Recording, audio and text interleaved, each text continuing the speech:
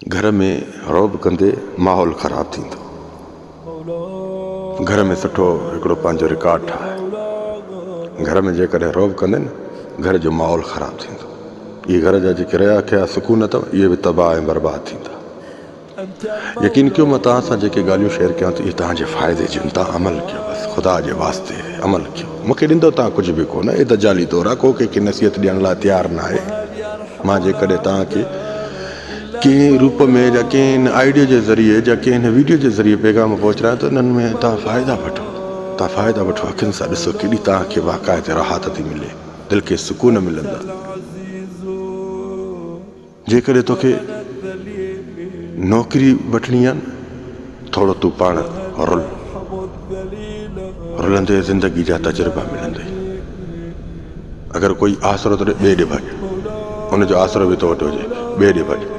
रब तुंहिंजो नसीब रखियो आहे, तूं ॻोल्ह न। रब तुंहिंजो नसीब रखियो आहे, तूं ॻोल्ह। ॻोल्हण सां ख़ुदा बि मिली वेंदो आहे, रब बि मिली वेंदो आहे। तूं घबराए न। नमाज़ जो पाबंद रहो, नमाज़ जो पाबंद, ऐं घर खां निकिरे न बिस्मिल्लाह तवक्कलतु अलल्लाह ला हौल वला कुव्वत इल्ला बिल्लाह पढ़ंदो कर। इंशाअल्लाह तूं पंहिंजी रिज़ल्ट तूं पाण ॾिस। रब ते जंहिं तवक्कल कई आहे, अलाह हुनजी तवक्कल खे पूरो कयो आहे। जंहिं बि मक़सद लाइ निकिरे त चओ बिस्मिल्लाह तवक्कलतु अलल्लाह ला हौल वला कुव्वत इल्ला बिल्लाह। रब ॾिस त तोखे इन तवक्कल जे सदके काथों जो काथे थो पहुचाए। घर में तरबियत ॾे नमाज़ जी। घर जा सुकून तबाह ऐं बर्बाद न सुहिणे नमूने सां वेही अॻिलनि खे तूं गाइड कर। तूं घर जो मर्द आहे, तोखे गाइड करिणो आहे। और तूं वीचारियूं पयूं हिन हुन खे ॾिसंदियूं पयूं, अंदरि में जलंदियूं, पोइ इहे भाइयूं कंहिंमां कढनि, पोइ जा घर जा थांव वॼंदियूं, जा नंढड़नि ॿारनि मां कढंदियूं, जा त पोइ का न का ॻाल्हि पुराणी कढंदियूं जेके घर में जहिड़ा विझंदियूं। औरतुनि ते मायार न ॾे। औरत घर जी सूंह आहे। जंहिं घर में जहिड़ो बि न आहे त उहो घर बि न आहे न। जंहिं घर में जहिड़ो बि न आहे त उहो घर बि न आहे। इहो वक़्ती तौरु थींदो आहे। जेकॾहिं रोज़ रोज़ आहे त पोइ तुंहिंजे घर जो माहौल ख़राबु आहे। जेकॾहिं रोज़ रोज़ आहे त तुंहिंजे घर जो माहौल ख़राबु आहे। इन माहौल खे सेट बि तूं थो करे सघे। रब तोखे शाद आबाद रखे। तूं बि हिकिड़ो पाण खे सम्झण वारो इंसानु हूंदे, सुहिणे नमूने सां प्यार जे लहजे सां ऐं कोशिशि कयो। घर में अगरि जेकॾहिं तव्हांजे घर में भाउ जा को अहिड़ो त रहंदड़ मिसाल जीअं सौट थियो या मामे जो पुटु, इहे ठहंदा न पाण में रिश्ता हिकिड़ा हूंदा आहिनि। अगरि को आइस जो मुआली आहे, आइस जो मुआली आहे त उन खां घणो ख़्यालु कयो।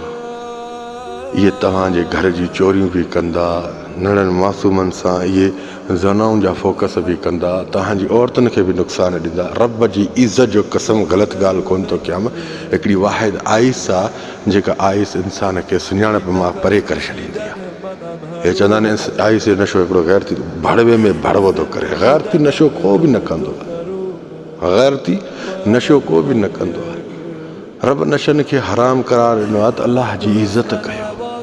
तव्हांजा फ़ाइदा आहिनि। अॼु आइस जा नशा ई ॾिसो, को पीउ खे थो मारे, को भाउ नंढे सां ज़ना थो करे, को नंढी भेण सां थो ज़ना करे। अलाए केतिरा तव्हांजी सिंध में वाक़िया था थियनि, तव्हांखे नज़र नथा अचनि। हर कोई बसि इज़त जे ख़ातिर चुप वेठो आहे, तव्हांजे आॾो पेश नथो करे।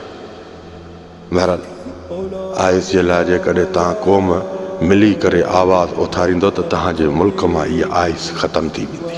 दावा सां थो ॻाल्हि कयां। जेकॾहिं तव्हां अॼु ख़ामोश आहियो पोइ तव्हां पाण अखियुनि सां पंहिंजी औलाद खे बिगड़जंदे ॾिसंदो, पंहिंजी औलादनि जा नुक़सान ॾिसंदो, पंहिंजे घरनि खे तबाह ऐं बर्बादु कंदा।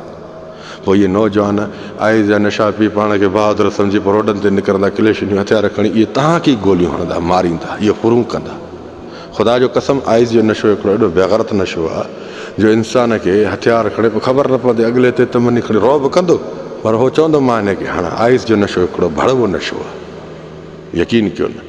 बहरहाल मुंहिंजो तव्हांखे पैगाम जेको हूंदसि ख़ासि इहा नसीहत हूंदी त इन्हनि खे नज़रअंदाज़ न कयो। बाक़ाइदे मां सिंधी आहियां न, सिंधी आहियां। अगरि वास्कोटियूं पाए, कोट पाए तव्हांखे इहे हिसाब सां मां तव्हांखे गाइड कयां त मां घणो ख़ुशि आहियां। उर्दू स्पीक लहजे में इस्तेमालु कयां त मां घणो ख़ुशि हुयुमि, पर मुंहिंजी क़ौम बिगड़ियल आहे त मां पंहिंजी क़ौम ते इहे पैगाम पहुचाया न।